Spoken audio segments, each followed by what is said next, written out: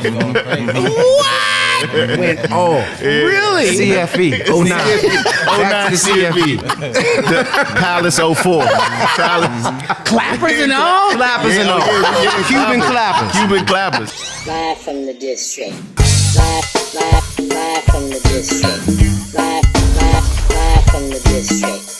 Live from the district. Live from the district.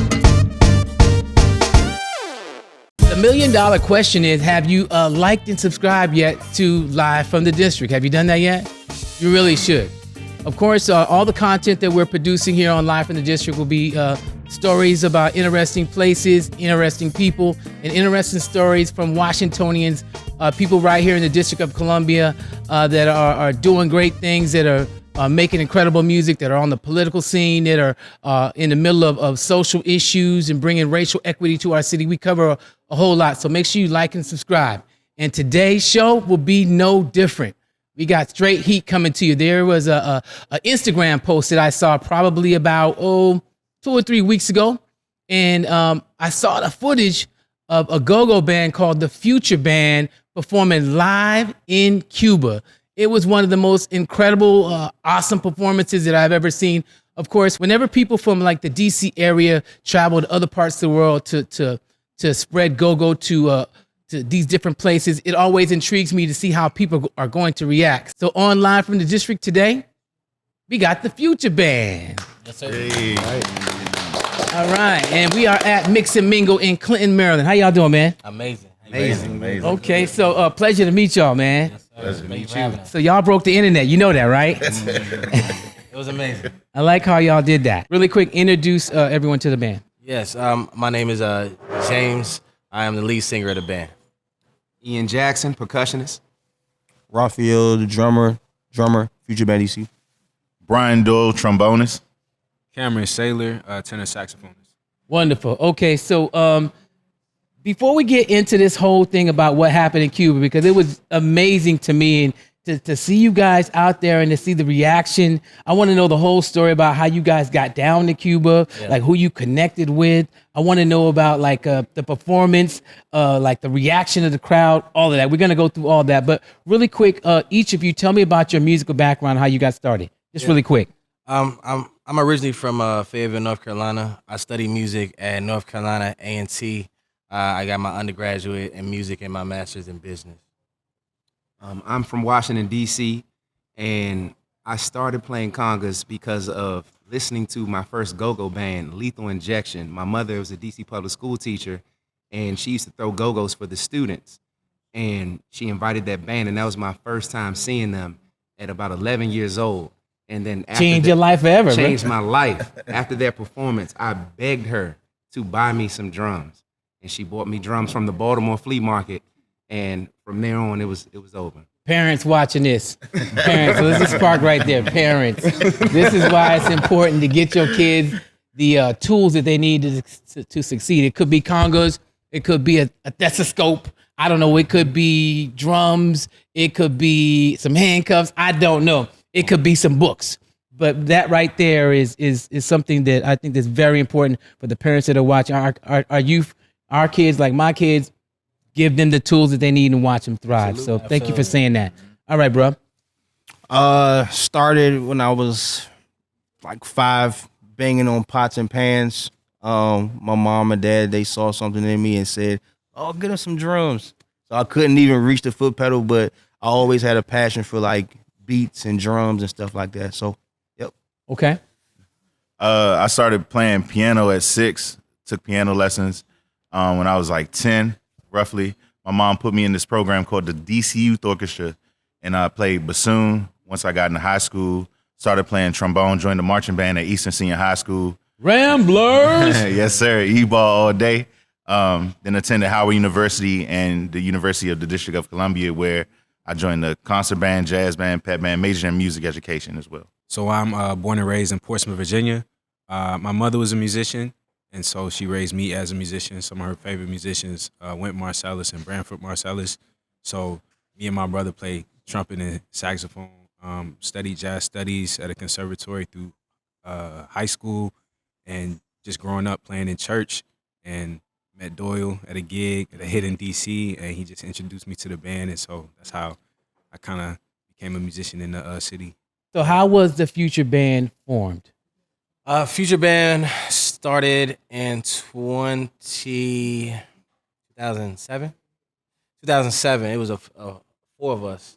I was the lead singer, had a bass player, a drummer, and a board player.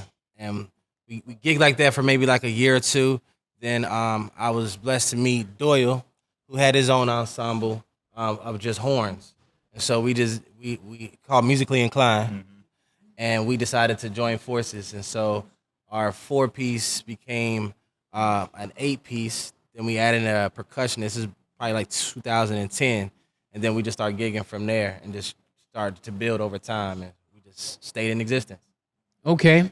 All right. So talk to me about the maturation of the band really quick, as far as like you said you started in 2007. 2007, right? Yeah. So like what has the journey been like as far as the identity of your band? It's been an amazing journey. I remember playing at Indulge on U Street and Oh wow, he said Indulge. Indulge, Wow. yeah. Wow. That's how far back we, Thursdays. yeah, on Thursdays. And then we had like one gig a week. It'll get slow a little bit, Bar 7. And then when Big Chief and obviously Smokehouse started to open up, those venues started to open up more opportunities for us. From that, then we'll do like 8th Street Festival.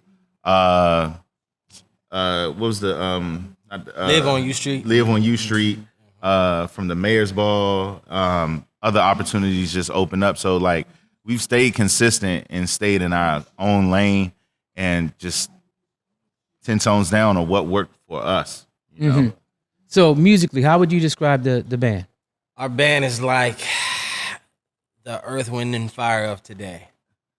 I thought you were going to say the Earth, Wind, and Fire of Gogo. yeah, pretty much. Yeah. Why you say that? I mean, so I think Earth, Wind, and Fire is like one of the catalysts of just musicianship. They're so amazing.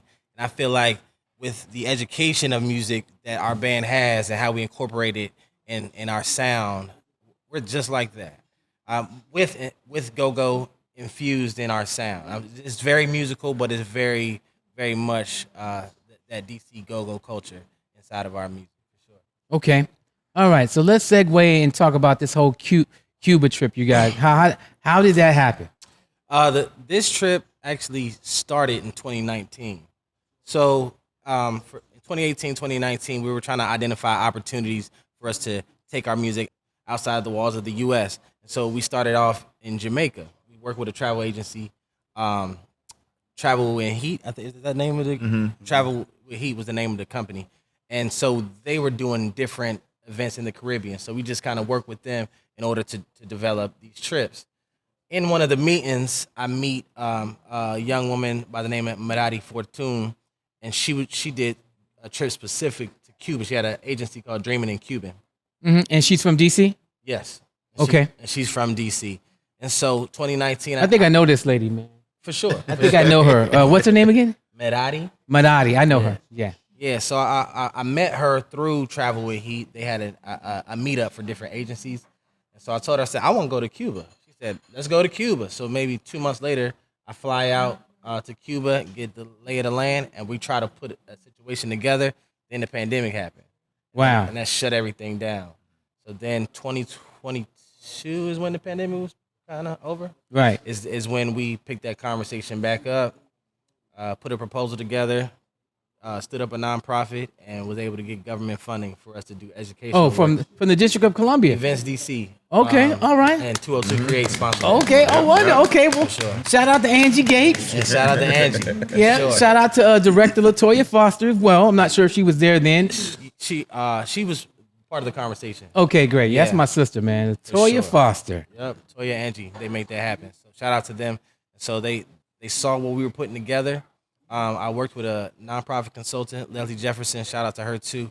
She helped me put this nonprofit together with Merari, and we did an educational workshop out in Cuba, and we were afforded the opportunity to play at 3 different venues. It was amazing. Okay, so did the government of Cuba, they gave you guys the green light, that stamp on all of this too, right? We had to travel. First, we had to meet with the. We talking about Fidel Castro's people and all of that. So it's a different situation. Just for people that may not know, they're like, just until recently, you couldn't even fly directly from the United States into Cuba. You would have to go to Jamaica first, or go to DR first, or go to another country, and then fly in. Then now that there's been relaxed restrictions on Cuba, that kind of opened up the door for you guys to be able to do what you did, right? Absolutely. I mean, even now there are airlines who still won't travel to Cuba. So it was some work in order to make this happen. We had to meet with the embassy of Cuba, get their blessings. Had to fly back over to Cuba and meet with the Ministry of Culture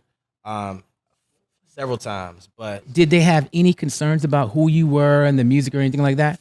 I think because I was walked in the door with Maradi, who does trips to Cuba and works with these people constantly based off those relationships, I think that kind of fostered in their willingness to work with us, for sure. Okay, awesome. Wonderful. So now, bruh, pull up real quick. So, you guys found out that you were going to go to Cuba. Okay, so what was like one of the first things that went through your mind when you found out that you were going there? So one, I was excited. And the reason why I'm asking this is because I want to go to Cuba so bad. That's another reason why you're here. That joint is on my list. Go ahead. So one, I was excited. And two, me being the percussionist in the band, and they are the kings and the queens of the congas. So I'm like, oh man, I have to go over there and show them Gogo. I have to teach them about Gogo. And I was like, what if they don't like it? Because the way they play, with the way the percussionists play, their rhythms are so complex. Their technique is totally different from ours. But then I had to stop and think about it and say, you know what? We're showing them something totally different. We're showing them something that we birthed here in Washington, D.C.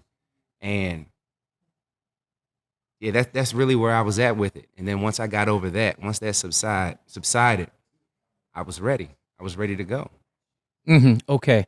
Just let's park there for a second, because just for individuals that are watching this, you got to understand Cubans are of African descent. Yes.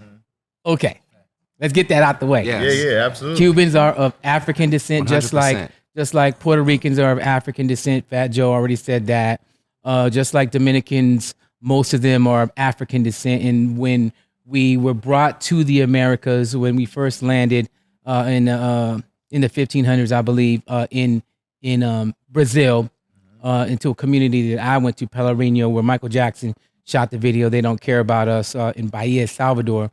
That's where the first black community was established for Africans that came from the motherland. If you look at a map of Africa and Brazil, like, these are the two closest distances between the Americas and Africa. So they went straight across and they landed in Brazil. And then our people populated the descendants of slaves, and slaves populated northernly, going to Jamaica and St. Kitts and Guyana and all these other places, making their way up to Cuba. And they took the music and the culture with them. Now, one of the things I think that's very fascinating about what you just said is this. You ever notice a girl can go to a beauty shop and get their hair done and get a permanent, but it ain't permanent? You feel me on that? Because that Africa is always going to come back. It is. It's always going to come back and make it nappy Once again. those chemicals fall out. Well, the same thing with the music. They've taken a lot of stuff from us, but they could never take the rhythm. They could never take the rhythm. And sometimes, like, I'm a fan of Cuban jazz too. Yeah, I got a lot of these records. I even have a Spanish DJ name. My Spanish DJ name is DJ Ernesto. That's what I know. That's crazy shit right there. That's what I call. I don't know how I came up. That's a whole nother story. But so I've been listening to this music for a really long time, and the rhythms, to me, they do sound similar at some places. Do you find that too? Absolutely. So we did break down. So first, let me just say this. I did learn that Chuck Brown was heavily influenced by a Cuban Yeah, the Los, percussionist. the Los, Yes. the Los Lobos. Yes. Yes, Heavily influenced. So we did relay that message to them to let them know that they did have a major part in the formation of Gogo as well. So a particular beat, the timbal, and there are different type of timbals, but the timbal. We went over that and I showed them that beat. And that's a prominent beat that is Okay, used. give it to us. So it's like Give it to us.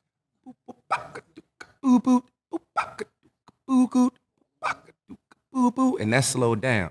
But then you can do it faster, and that's what they were using salsa, like. But then if you swing that beat and slow it down, Okay. You got a pocket. and then you add the drums, then you have your pocket beat.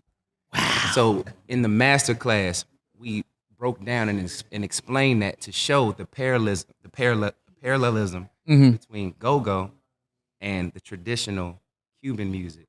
And one of the and the translator that helped us to help co-teach that class, she broke down and she said, you know what, I've been watching, and she's a Grammy Award winning percussionist. And she said, you know, I've been watching your technique and studying what you're doing. You have a major African and Brazilian undertone and influence in the way you're playing. And I didn't even know that about myself. And I think Blame it on Mama Africa. that's it. That's that permanent right there, bro. It ain't changing. Right. And so for all the percussionists, It's in our DNA. it's in our DNA. All the percussionists in the DC area, that's the influence. We have that African, Brazilian, and Cuban undertone in our go-go style and technique. Awesome, man. Pull up on us really quick. And when it seemed like it was kind of like a revelation. What did you see from the Cuban artists when you after you broke it down? And my thing is like if you're a musician, and it doesn't matter what part of the world that you in, musicians, the people that are in music, they understand music, and it won't take them very long to be like, oh, okay, I know what that is. I get that. We have something similar where we live at. So what was the reaction from the Cuban standpoint when they saw you playing these rhythms and showing them go-go? Surprisingly, it was a great reaction. Like he said, like in the master class, they started doing the rhythm patterns, like with the cowbells, and our boy Just Paul, he had them, play the cowbell with the rhythmic beats and stuff of like the pocket and sockets and stuff like that. And we broke it down in different like the bounce beat, the socket, the pocket, and one-on-one beat.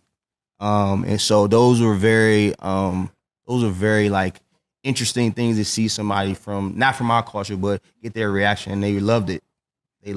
So it was an amazing experience. Awesome. Thanks for adding. All right. So now you guys are in Cuba. You had this master class, and you're seeing the similarities, and you're also seeing the differences too. What are some of the similarities that you saw between Cuban music and go-go? First, let me say this: music is a universal language. Talk about that. So, like, that's church right there, y'all. That's church right there. Hold on, man. We got a park right there. That's church. But I'm gonna rewind back a little. Even arriving at the airport and exiting the airport and seeing the people, it was a connection. Like, wow, to see people that look like you, it was just mind blowing a little bit. I had the opportunity to go to Brazil in June. It was in Rio.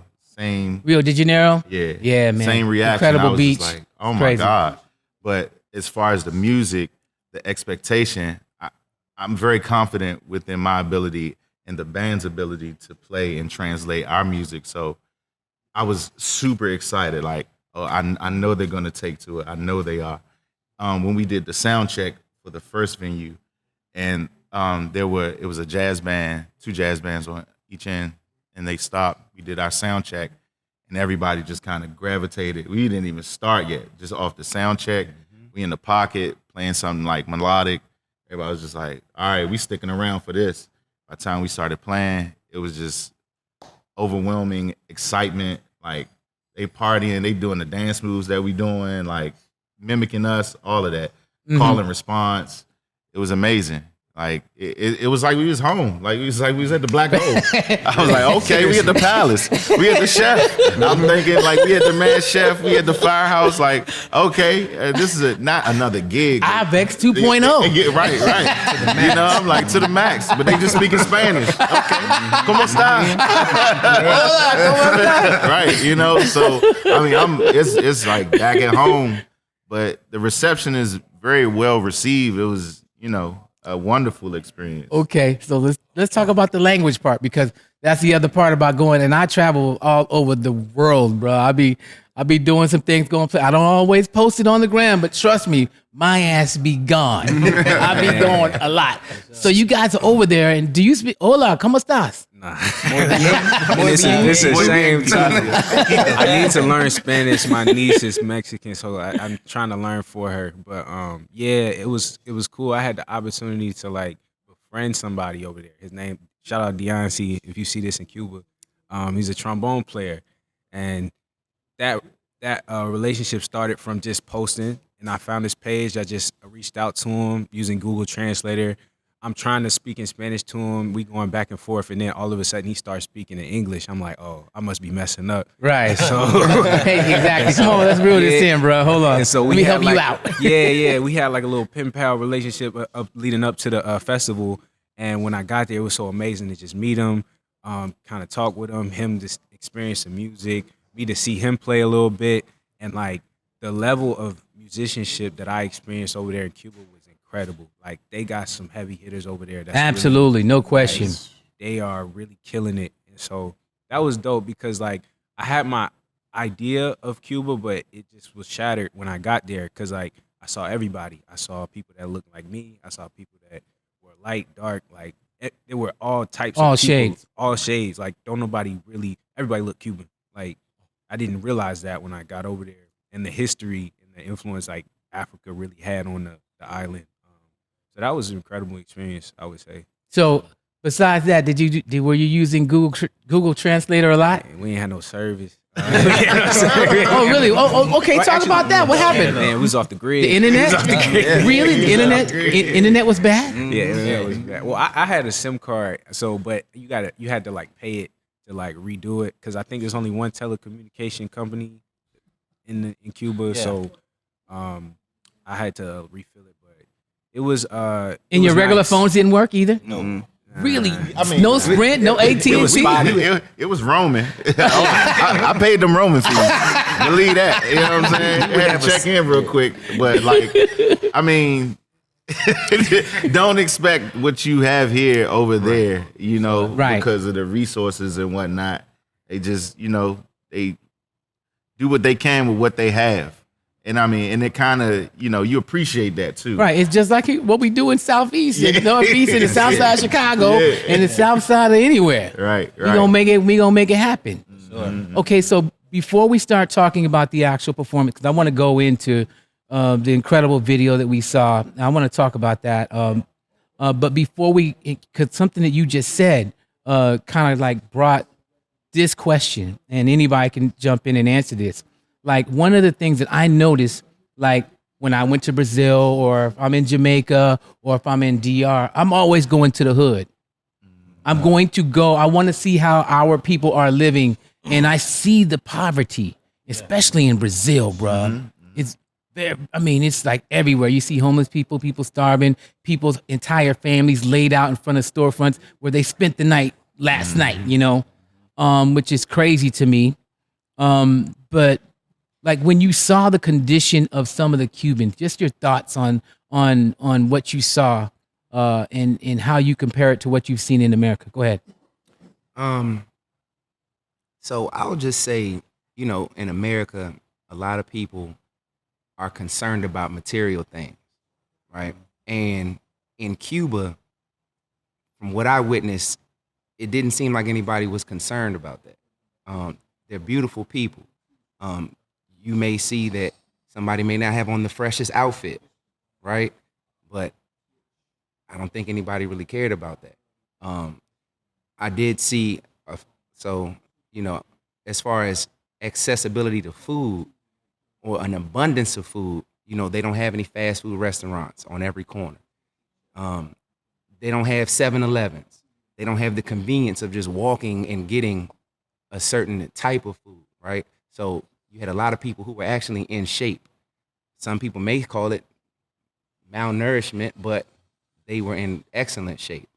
So that's my take on it. That's interesting that you say that, because we have to think, if you know the historical context of Cuba, with the Fidel Castro's reign there. You know, United States was like, we're not messing with y'all. Y'all go over there and do y'all thing, and then they considered them communists. And so there was a lot of stuff that I know that the Cubans were kind of like sheltered from the American virus. I'll put it to you like that. Some of the things that, like, there are a lot of people that don't rock with America. They don't rock with our internet. They don't rock with our thinking. And so they kind of like we already know, like places like China, they don't want our internet. Their TikTok ain't our TikTok for a reason, you know. And Cuba is also one of those places that also is kind of sheltered from the American way of life. And so that's probably what you also saw too, right? Okay, awesome. Go ahead. Sheltered from American? I mean, you know, right now the conditions over in Cuba, I think that you know, people are trying to get out of Cuba. You know, it's interesting because as Americans, we want to get over there to the beaches and experience the people and experience the culture over there. But a lot of them are trying to get out of Cuba because the conditions are just so. It's like everybody's on an even playing field, but not in a good way. It's like the resources are slow for everybody. When we were over in Cuba, we had one of the shows that we were doing, we couldn't even get transportation to. We had to walk to the show because they just didn't have gas. They didn't have petroleum. People standing in line for hours in order to get gas. In that moment, you know, we walking through the neighborhoods, we had an opportunity to see the people and just kind of be part of that culture. But that was very real to what they deal with on a day to day. Right, that's every day. Yeah, they just don't have the resources. And so we spoiled as hell over here in America. We are. Exactly. We spoiled. Man, we got phones. We go to the Starbucks right there. Yeah. It's crazy. But when you go to these other places, they don't have these amenities. It's crazy. All right, so let's go ahead and the finale is this whole show.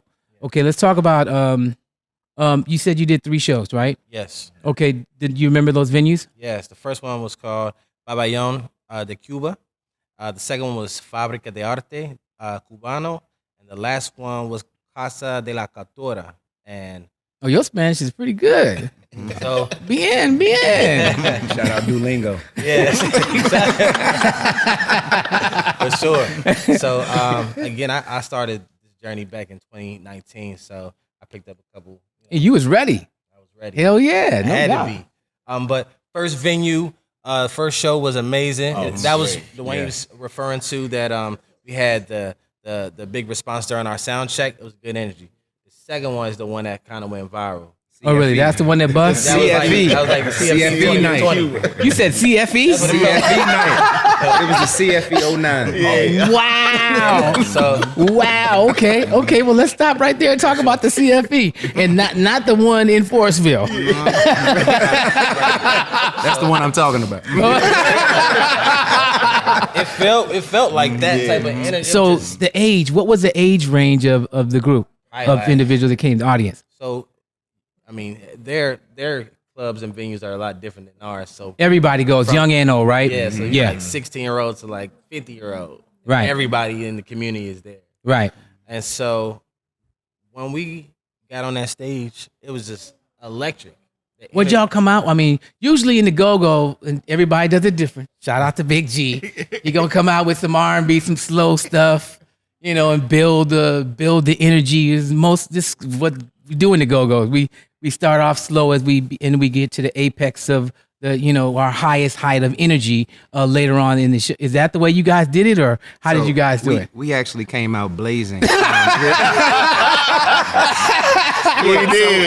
started with we kind of just made this little melodic song up that lasts for like 30 seconds. The guitar player got to get a little solo in. Yeah, it was for kind of dramatic, and then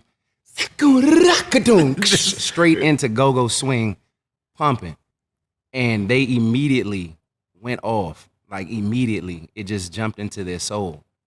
And then we just started to build the show up from there. So what do you think created this connection then? What created this connection? Because you said it jumped into their soul. Automatically, I'm thinking, All right.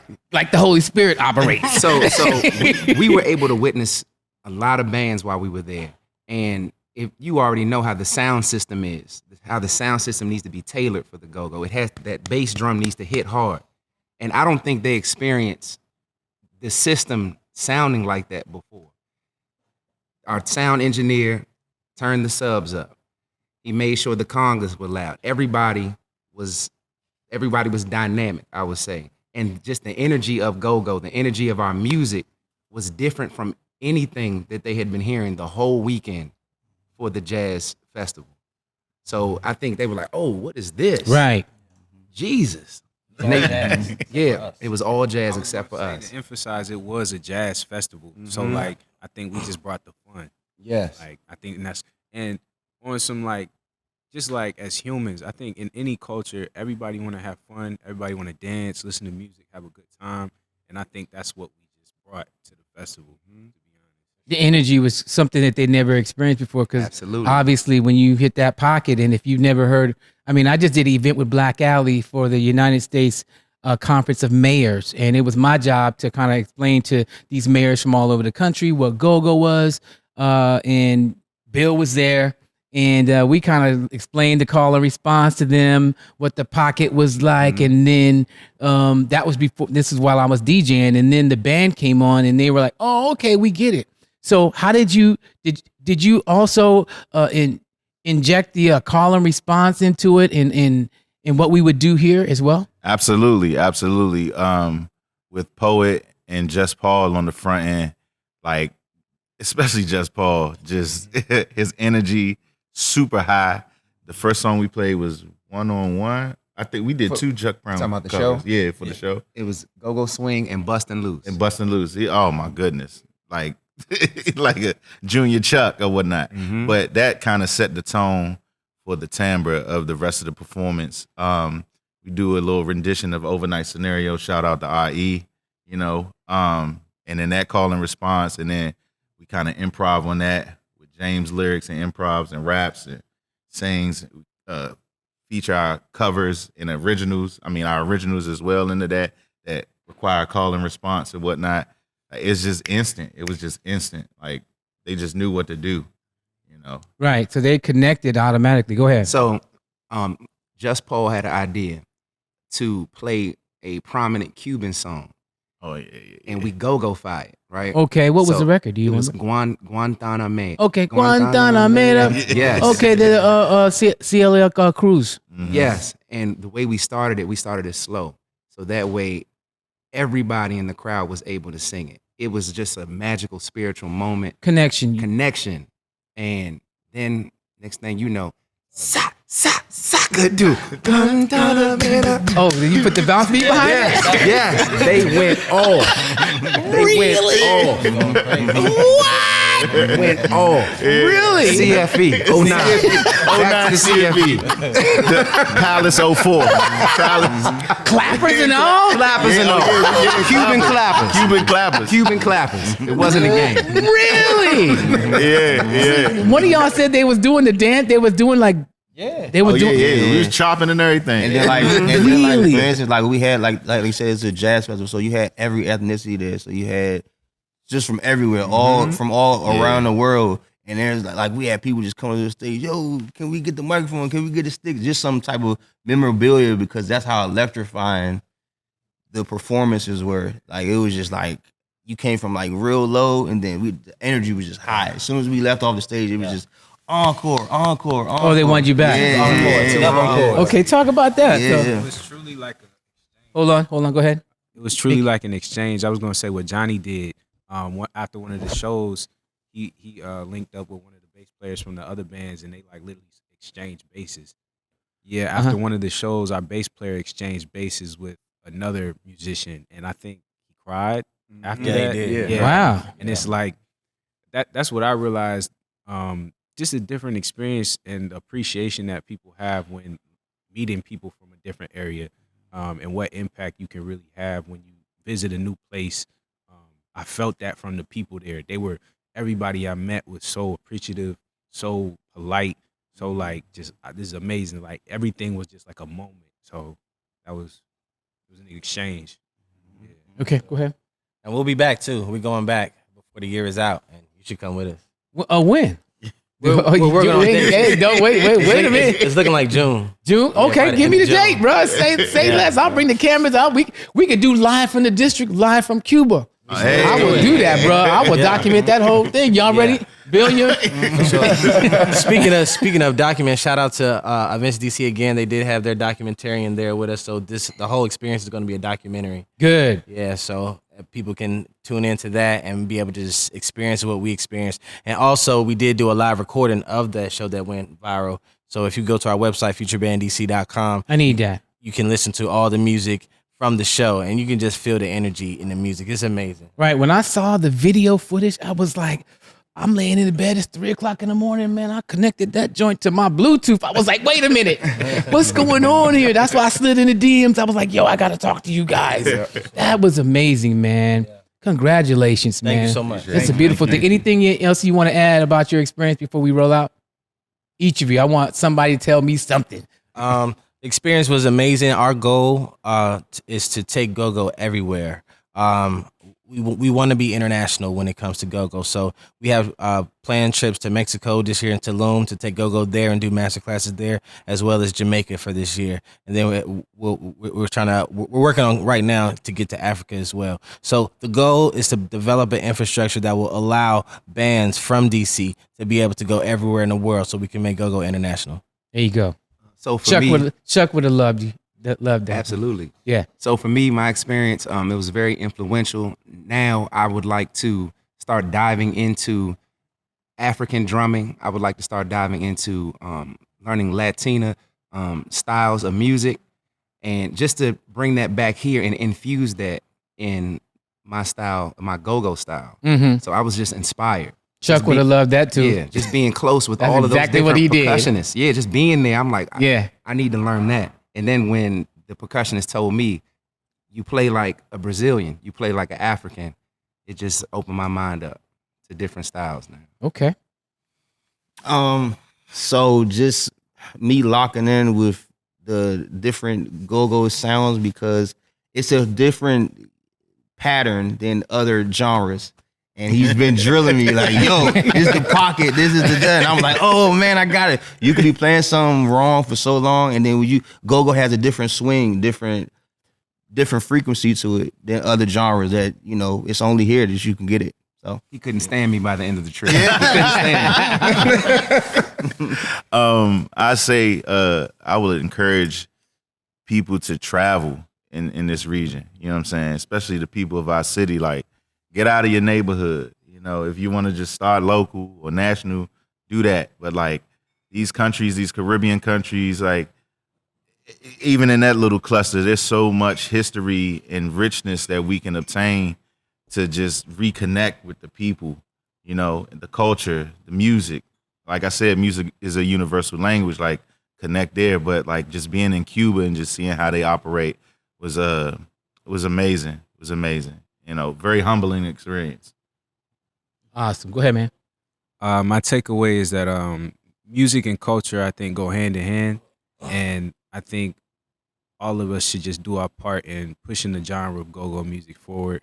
Me being 3 years into the genre, from being from Virginia and really experiencing it and being around go-go musicians, I've learned so much, and I'm so appreciative of the genre and the history that it has, and I think it should be bigger. So let's just all do our part to continue pushing go-go forward. Appreciate that. All right, that is another episode of Live from the District. I am Easy Street. Make sure you like and subscribe and share this interview with everybody you know. We'll see you next time. Give it up one more time for Future Band. Special thanks to our good friends Mix and Mingle, Clinton, Maryland. Follow them on the gram as well. We'll catch you next time. Peace. Live from the district. Live from the district. Live from the district. Live from the district.